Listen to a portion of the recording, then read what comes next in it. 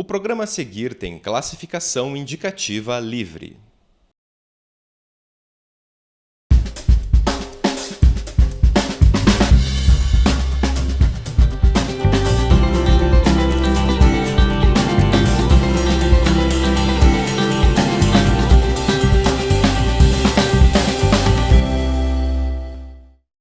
Olá, seja bem-vindo a mais o Quarta Capa, o programa que fala de livros. No programa de hoje eu converso com Cimeia Barbato Bevilacqua sobre o livro Parentes, Vítimas, Sujeitos, Perspectivas Antropológicas sobre Relações entre Humanos e Animais. Cimeia é doutora em Antropologia Social e professora do Departamento de Programa de Pós-Graduação em Antropologia da Universidade Federal do Paraná. Olá, Cimeia. Olá, seja bem-vinda ao Quarta Capa. Obrigado por ter aceito o convite. Obrigada, eu que agradeço a oportunidade de vir aqui falar do livro. Tá certo. Um livrão, né? Digamos assim. Um livrão em conteúdo e também em extensão. Então, Cimeia, uma questão que a gente sempre gosta de indagar os autores e organizadores é sobre qual o projeto, o que acabou desencadeando a ideia de fazer um livro sobre este ou aquele tema, né? No caso de vocês, é uma coletânea de diversos autores e você divide a organização junto com o Felipe, né, professor da Felipe UFSCar. van der Velden, professor da Federal de São Carlos. Tá. E aí o livro também, né, você registra aqui que ele é uma parceria, né, editorial entre a editora da UFSCar e a editora da UFPR. Então, o que pegou vocês para fazer um livro como esse? Né? Bom, o livro começou a nascer, na verdade, em 2012, na Reunião Brasileira de Antropologia, que é o grande congresso da área no país. E aí, por iniciativa até do Felipe, nós propusemos um grupo de trabalho sobre relações entre humanos e animais. E, na época, era um tema, assim, não só novo, como um tema que gerava desconfiança. Puxa, mas um grupo de animais, né? Será que é um grupo de ativistas? Ou o que exatamente vocês estão pretendendo e que tipo de contribuição isso pode trazer? Assim, para nossa alegria, o grupo foi muito bem sucedido, tanto na participação quanto na qualidade dos trabalhos, e aí nasceu a ideia, vamos fazer uma coletânea que seria, e é, né, até onde eu posso dizer, a primeira coletânea no Brasil tratando de relações entre seres humanos e animais em ambientes urbanos e rurais não indígenas. Porque aí, em universos indígenas, o tema já estava mais estabelecido. Mas aí animais selvagens, né, basicamente. Não, animais de companhia também. O próprio Felipe, no doutorado, estudou animais de companhia entre os Caritiana em Rondônia. E quer dizer, tem uma renovação assim, na antropologia em relação a essa grande temática natureza-cultura, natureza e sociedade, que tem origem inicialmente em pesquisas feitas em universos indígenas e que leva a questionar esse próprio divisor e os seus possíveis desdobramentos. E, assim, isso vai rebater adiante na disciplina em geral e também convida a repensar relações com animais, né, também no universo urbano ou no mundo rural, né? Foi assim que a coisa começou. Foi assim no evento. Então, mas a área assim tão recente, é só no Brasil ou fora do Brasil ela também? Ainda? É relativamente recente no Brasil e fora. E isso é muito interessante porque, então, 5 anos atrás, a gente tinha até um certo assim, pudor, receio puxa, você está num grupo de quê mesmo? De animal? Então tá, né? E em 5 anos é uma área que floresceu assim com muito vigor no Brasil, como em outros países, quer dizer, talvez antes, né? Não posso situar um período tão curto, mas assim, tem já uma proliferação de teses, de mestrados, de artigos, de edições especiais de revistas e o nosso livro. Que certamente é o único no Brasil hoje. Eu acho que sim, nesse sentido, de ser a primeira coletânea de relações com animais em cidades e no mundo rural brasileiro, né? E foi coincidência, esse número, é um número grande, não me recordo o número, esse número de autores se encontrar em torno dessa preocupação única de falar dessa relação? Na verdade, eu acho que essa iniciativa do Congresso permitiu congregar pessoas interessadas. Pessoas que já estavam trabalhando com o tema, mas mais ou menos dispersas, né? E aí os autores que participam da coletânea são as pessoas que participaram também desse evento, e aí foi um grande trabalho de reunir as pessoas, de produzir os textos para publicação, né? São 22 autores, 22 né? autores. Assim, que alguns capítulos são em coautoria, então são 22 autores, é gente para... É bastante. Para uma coletânea é um número grande. Coletânea. A formação, como se trata de um livro de antropologia, a formação prevalente é a antropologia. É mesmo. antropologia. Antropologia. Muitos são professores de universidades federais, outros autores estavam em fase de formação, terminando seus doutorados, e é interessante, assim, acho mencionar, são 16 capítulos mais a introdução, né? 22 autores. E são autores assim, com uma diversidade muito interessante em termos institucionais e tal. Tem gente desde o Pará, Rio Grande do Norte, até o Rio Grande do Sul, né, o Sudeste todo. Então isso também tem uma autores diversidade. Estrangeiros também, se eu não me engano. Tem em coautoria, tem estrangeiro também. Mas então eu acho que é bacana que o livro oferece de fato assim um quadro de diversidade da produção e de diversidade de temas e universos de pesquisa, né? E você já teve o Felipe, você comentou antes da gente iniciar o programa que o Felipe está voltando para o Brasil, né?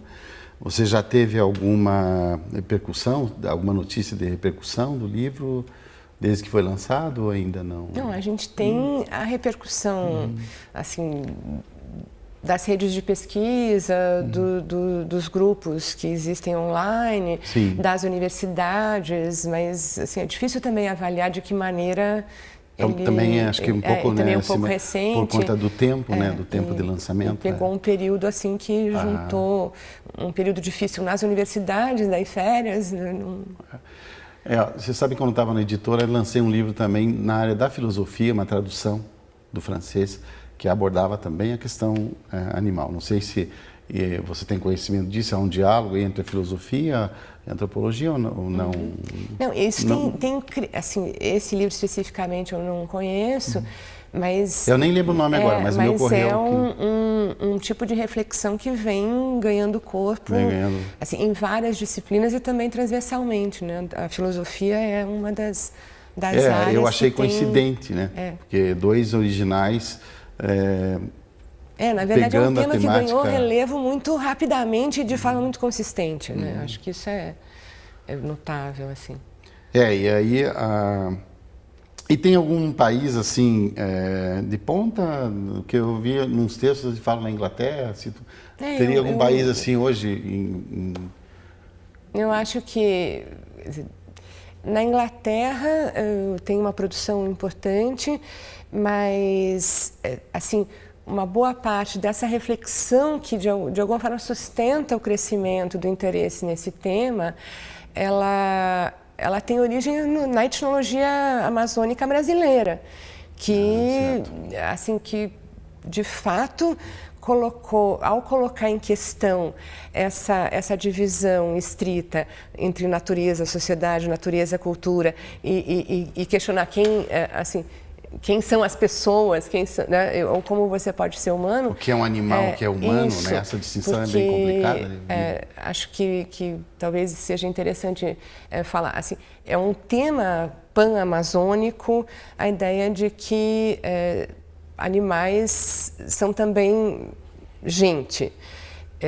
Gente não como os humanos, mas gente no sentido de ser dotado de um ponto de vista subjetivo. Então a ideia é muito distinta desse corte que a gente traz entre o que é o humano e o que é o não humano. A diferença não está no ponto de vista, na subjetividade, mas nos corpos. E, portanto, as capacidades e o modo de ver dependem dos corpos, mas isso leva a problematizar a própria existência da natureza tal como a gente a concebe, quer dizer, como alguma coisa exterior e que, então, um ponto de vista subjetivo humano vai se debruçar sobre a natureza como objeto, quer dizer, tudo isso entra em questão. E então acho que uma das coisas que inspira essas reflexões que também estão no livro é assim, a ideia de que não é tão interessante manter... É claro que eu estou falando aqui de uma forma muitíssimo esquemática e... Não, claro. Né? Mas que não vale a pena manter, ou que não é tão interessante, essa divisão tão... Essa oposição geral entre mundo humano e mundo não humano, ou mundo animal, e que vale a pena explorar diferentes modos dessa distinção ou diferentes qualidades das relações que estão produzindo, né, humanos e animais ao mesmo tempo. Acho que o próprio título do livro fala de parentes, vítimas, sujeitos, fala justamente dessa... assim, de como diferentes relações que têm qualidades distintas, né, o parentesco, mas também a dominação, a violência, isso faz, de fato, atributos diferentes daqueles que estão envolvidos nessas relações, né? Então, eu acho que a unidade do livro é explorar essas modalidades distintas de relação e o que elas produzem em termos de definição daqueles mesmos que participam delas, né? E aí não tem animal em geral e também não tem gente em geral, né? E na verdade, você falando, eu estava pensando que existe todo o conjunto de narrativas orais em que os animais acabam adquirindo uma condição de sujeitos, né? Enfim, sim. Claro que isso é literário, é metafórico, mas isso está no nosso mundo também, né? Sim. Quer dizer, ora está, ora não está, e de diferentes maneiras. Então, acho que isso que é interessante. A natureza não é tão natural assim, a hora que o homem se relaciona com ela, ela não está livre, né? Ela não é um valor em si, né? Quer dizer, é uma mescla de coisas, né? Ou mesmo a relação com os animais, né? Assim, o que tem sido assim, um esforço na antropologia é justamente deixar de tratar as relações com os animais em termos de relação de sujeitos humanos com objetos animais, quer dizer, seja para uso instrumental, econômico, mas enfim, ou mesmo os animais tomados simplesmente como expressão simbólica, né? Então, de que maneira a importância de certo animal para certo coletivo humano expressa temas e valores humanos, né? E a gente deslocar isso para a ideia de pensar os animais como participantes de relações sociais com os humanos, né? Não só objetos dela, não só expressão, né, delas, mas como participantes ativos, como sujeitos de relações que envolvem humanos e não humanos, né? Para mim foi um pouco surpreendente ver essa atribuição de subjetividade aos animais, né, que vem das humanas, mas eu achei extremamente coerente no também da discussão toda, né? Dizer, não necessariamente para a gente considerar que os animais compõem o nosso mundo, claro, né? Assim, claro. São parte do nosso mundo e são sujeitos de relações, não necessariamente isso implica atribuição de uma qualidade de subjetividade humana, né? Complexa como a nossa. E nem entra em questão, mas o que a gente toma como referência é a própria relação. E de que maneira, então, humanos e não humanos se engajam nessas relações. Isso não implica dizer nada sobre interioridade, subjetividade, vontade, em termos gerais, né? Mas significa dizer que eles não são objetos apenas. Né? Assim, tudo depende de como você define o que é uma relação. Né? O que é uma relação social. social. Legal, vamos chamar um intervalinho, a gente já começa. Você está assistindo ao Quarta Capa, a gente já volta.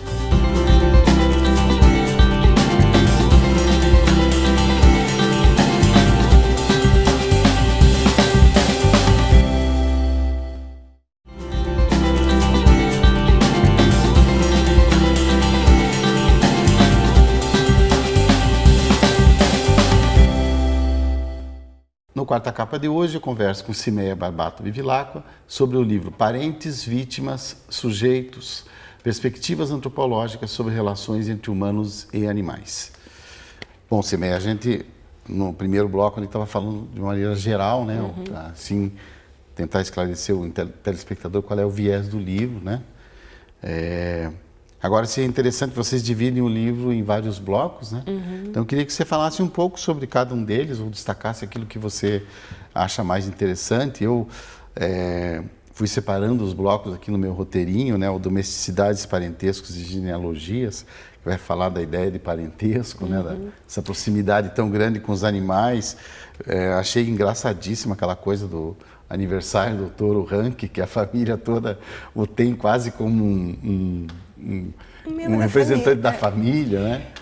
Acho que, assim, que esse bloco ele tenta justamente explorar, eu não estava falando antes, qualidades diferentes de se relacionar, né, e das relações, essa ideia de como é que se faz ou não se faz parentesco, né, entre humanos e animais. Tem sido, assim, uma coisa que a gente vê acontecer o tempo todo, principalmente em relação a pequenos animais de companhia, cães e gatos. Os pets, né? Os pets. Então, isso causa, às vezes, certo espanto ou preocupação. Puxa, mas estão sendo tratados como se fossem crianças, né? Um dos capítulos, justamente, da André Osório, da Universidade Federal Fluminense, trata de uma comunidade online de mães de gatos, né? E que se auto-identificam como mães e chamam os gatos de seus bebês, né? E com a preocupação de que o gato vivendo na rua não seria uma situação problemática, porque o verdadeiro lugar do gato seria no ambiente da casa doméstica, como se ele nunca junto com os tivesse humanos, vivido antes, né? Então, um modo possível de estabelecer relações de parentesco é esse, né? Como nesse caso. Ao mesmo tempo, o que a autora vai mostrar nesse capítulo é como esse fazer parentesco, ele sempre encontra limites e acaba sendo muito mais metafórico, né? Ou, assim, o que é que implica, quer dizer, o que é preciso fazer para tornar, por exemplo, um gato seu parente, né? E uma das coisas que vem junto é uma certa infantilização perpétua do animal, né? Ele não pode crescer, ele é sempre o bebê e então com esse bebê também a comunicação ela vai até um certo limite, o parentesco também. Um modo muito diferente de fazer parentesco é outro capítulo da Natasha Leal, que fala sobre a criação de gado de elite, né? Aí que dá um exemplo do touro Rank lá, né? Aí que vem o exemplo do touro Rank, que é um grande reprodutor. Então aí já tem uma diferença, né? Quer dizer, você fazer parentesco doméstico implica muitas vezes a castração do animal, e isso contribui para uma certa infantilização, ao passo que um outro tipo de parentesco é baseado justamente na fertilidade, na proliferação, que é esse caso da criação de gado de elite. Esse touro Rank, quando chegou aos 15 anos, ele tinha 150 mil filhos, né? 150 uma coisa mil, assim, era uma glória, né? Total. E valia uma fortuna, então, quer dizer, tem uma festa de 15 anos para o touro, né? Com bolo e tudo mais. Mas o que é interessante é como essas... tem um emaranhamento de genealogias dos touros e das famílias criadoras. E como qualidades transitam, né, entre os touros e os seus criadores. O criador se identifica com o animal? E é como se alguns atributos da família se reproduzissem lá, no bicho. E tanto atributos morais como atributos físicos também. E então as genealogias, elas de fato se cruzam, e como muitas vezes há intercasamento entre famílias de criadores, então também há, pelo menos indiretamente, essa outra produção de parentesco entre genealogias animais, né? Isso se passa um pouco diferente no caso, que é outro capítulo da Ivana Teixeira, que trata da sinofilia, né, da criação de cães desses de competição e tal, sim. e que também qualidades humanas e animais acabam se misturando, até porque, por exemplo, nas competições é o animal e o seu treinador, né? E depende muito o desempenho, a própria definição de certas características da raça, essa mediado já essa conjunção pelo sujeito humano, né? Entre o treinador humano e o animal. Daria para a gente falar aí inversamente, quer dizer, se de um lado você tem diferentes modos de traçar relações de parentesco, né, e os limites dessas relações, e o que cada uma delas implica, que tipo de efeitos produz, tem modos de desfazer parentesco, né? E é outro capítulo da Maria Isabel Dantas, que pesquisou justamente no sertão do Rio Grande do Norte a criação de porcos domésticos como pessoas, membros da família. Isso já está né? naquele modos de comer e formas de existir. Essa parte do livro me deixou assim... a questão da morte é bem complicada, né? Sim, eu acho que aqui é interessante... A morte do animal. Porque o que é preciso fazer, né? Nesse caso em que se cria o porco no ambiente doméstico, os porcos têm nome, são, em um certo sentido, parte da vida familiar. Os humanos têm uma relação afetiva com eles, sim, né? E vice-versa, em alguma medida. O que é preciso fazer quando é necessário vender, abater esse animal? Né? Então, assim, nesse caso que a Maria Isabel Dantas traz no livro, assim, como vai se produzindo uma desfamiliarização, né? Um desfazimento desse parentesco ou dessa familiaridade. Nunca é uma pessoa diretamente da família que vai participar do abate, mas isso se faz os porcos à noite, de madrugada. Né? A família as assim, cuidadoras não... Tem uma pessoa, né, que é contratada para isso, que então destaca um pouco da família, mas também dos vizinhos, enfim, é uma coisa que se faz um pouco para ninguém ver, né? As mulheres têm que ficar distantes, então tem todo um processo de desfamiliarizar para poder abater. E você vai desfamiliarizando, desumanizando, animalizando, mas depois que os porcos são abatidos também tem um processo de desanimalização, porque os próprios preparos culinários da carne, eles são, assim, tem um cuidado de desfazer aquelas características ou qualidades mais identificáveis com um corpo animal ou com um animal, né? Então, seja preparos salgados ou doces, tem um processo de desanimalização. O que eu achei muito interessante aqui, eu fiquei assim um pouco impactado, que tem um momento, não me lembro em qual texto que qual artigo que o autor ou a autora diz assim: está cada vez mais difícil justificar a morte do bicho, né? Sim. Nós, humanos, justificar que nós matamos. Não matamos alguns, mas matamos outros. Sim. Inclusive na própria indústria da carne, né?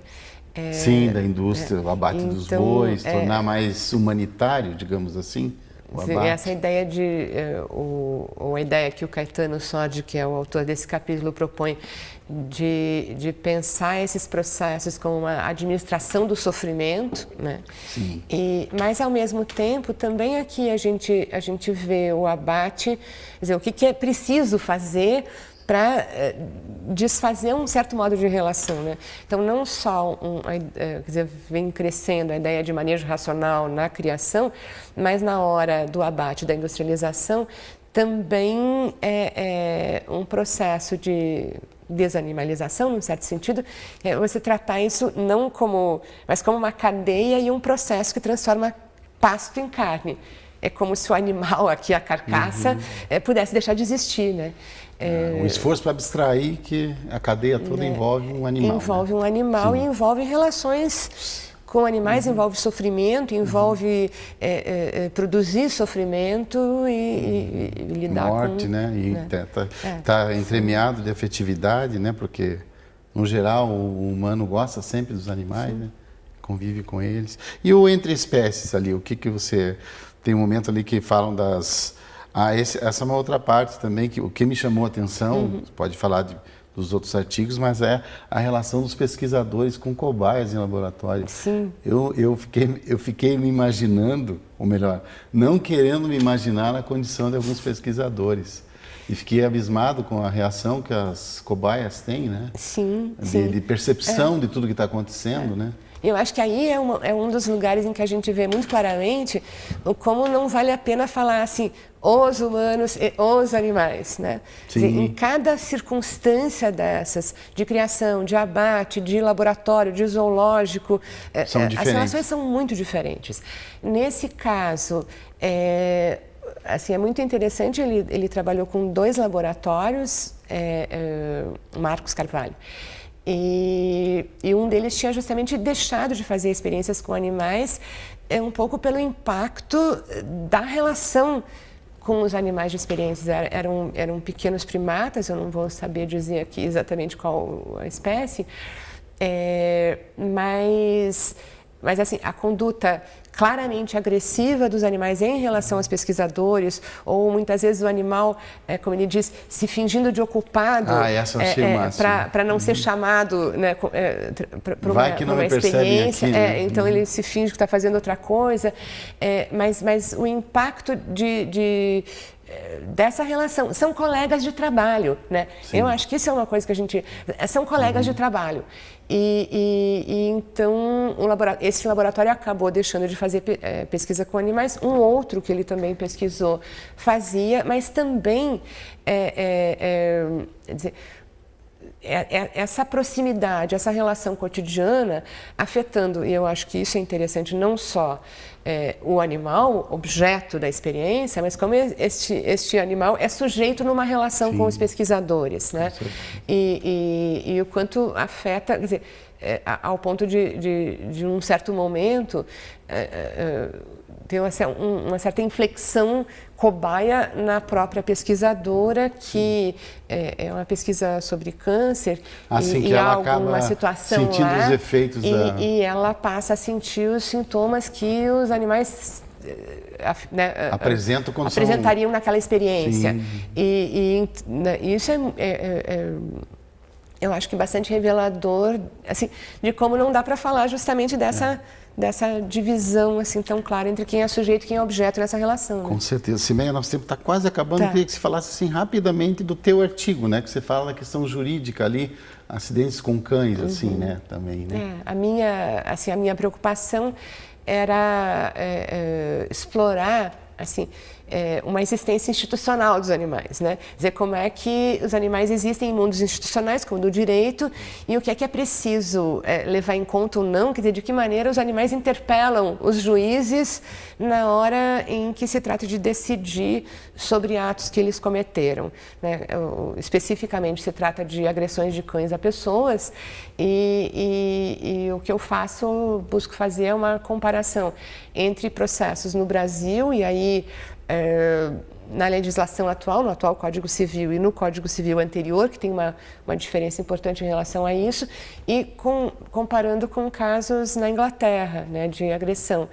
E aí o que a gente percebe é que não dá para dizer nem que os cachorros são os mesmos, nem que um cachorro que morde uma pessoa faz a mesma coisa, dependendo do mundo institucional em que ele vive. Está mediado pelo institucional, né? Pelo eu acho que mais até do que a gente imaginar que está mediado, sim, é um modo de existência, né? Cada sistema jurídico tem premissas ontológicas diferentes, quer dizer, quem existe de que maneira. Sim. E aí isso faz com que realmente existam de forma diferente, ainda que nesses mundos, né? Simeia, infelizmente o tempo parece longo, mas acaba logo. Muito obrigado pela entrevista e boa sorte com o livro. Eu que agradeço. Obrigada.